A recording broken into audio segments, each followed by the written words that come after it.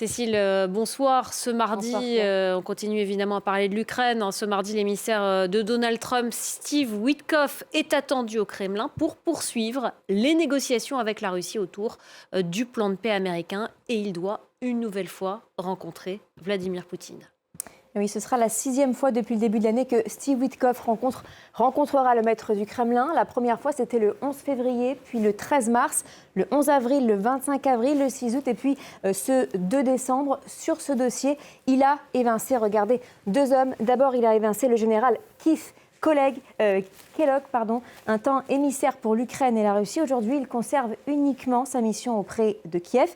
Et il a évincé aussi un autre homme important, Marco Rubio, l'actuel secrétaire d'État américain. La fréquence des déplacements de Steve Witkoff en Russie interpelle d'abord parce qu'il n'a jamais mis un pied en Ukraine et aussi parce que ses propos font polémique, jugés trop proches de la doctrine du Kremlin. Regardez, en mars dernier, il déclarait « Je ne considère pas Poutine comme un méchant ». En octobre, il disait avoir, je cite, le plus profond respect pour le président Poutine et rajoute que la Fédération de Russie a toujours voulu un accord de paix, une formulation qui reprend mot pour mot la narration de Moscou. Et ça ne passe pas inaperçu du côté américain, y compris au sein même du Parti républicain. Certains députés l'appellent le traître et le député républicain Don Bacon dit de Steve Witkoff qu'il se comporte comme s'il était payé par les Russes. Alors, qu'est-ce qui plaît tant à Donald Trump chez Steve Witkoff ?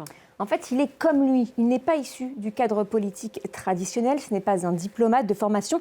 Il est issu du monde des affaires. Et d'ailleurs, celui qui négocie en face, en coulisses avec Steve Witkoff, c'est Kirill Dmitriev. Il a le même profil. C'est l'envoyé spécial du président russe pour les questions de coopération économique. Vladimir Poutine aussi aime s'entourer de personnes inexpérimentées pour le poste, en tout cas sur le papier, mais des personnes loyales. On a donc regardé 2 hommes d'affaires qui connaissent très bien Wall Street et la finance américaine, puisque le Russe a étudié dans les prestigieuses universités américaines de Stanford et de Harvard. Tout comme Steve Witkoff, il a fait ses armes dans l'immobilier. Les 2 hommes connaissent très bien leur président. Steve Witkoff, on le voit ici, connaît Trump depuis 40 ans. Dmitriev connaît Poutine depuis une dizaine d'années. Il est même marié à l'ami d'enfance de la fille du président Poutine. Pour toutes ces raisons, c'est l'intermédiaire parfait entre le Kremlin et la Maison-Blanche. Washington a même levé les sanctions prononcées à son encontre après l'invasion de l'Ukraine. Et Cécile, selon le Wall Street Journal, il y aurait un objectif économique derrière le plan de paix américain. Mais selon le Wall Street Journal, tout aurait commencé le mois dernier, loin des chancelleries, sur les rives de Miami Beach. 3 hommes, les 2 premiers, on les connaît. Donc il y a Steve Witkoff et Kirill Dmitriev et Jared Kushner, le gendre du président Trump. Ils se seraient réunis donc dans une villa pour écrire l'essentiel du plan de paix américain et le transformer en opportunité économique pour l'après-guerre. Car regardez, en cas d'accord, les entreprises américaines pourraient accéder en priorité aux 300 milliards de dollars d'actifs russes gelés en Europe et financer une reconstruction de l'Ukraine menée depuis donc Washington.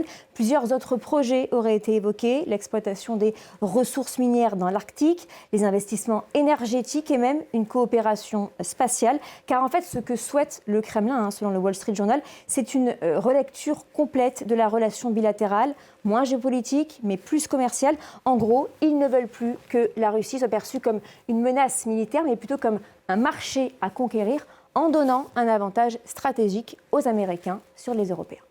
Merci beaucoup Cécile Galuccio, c'était les clés de l'info.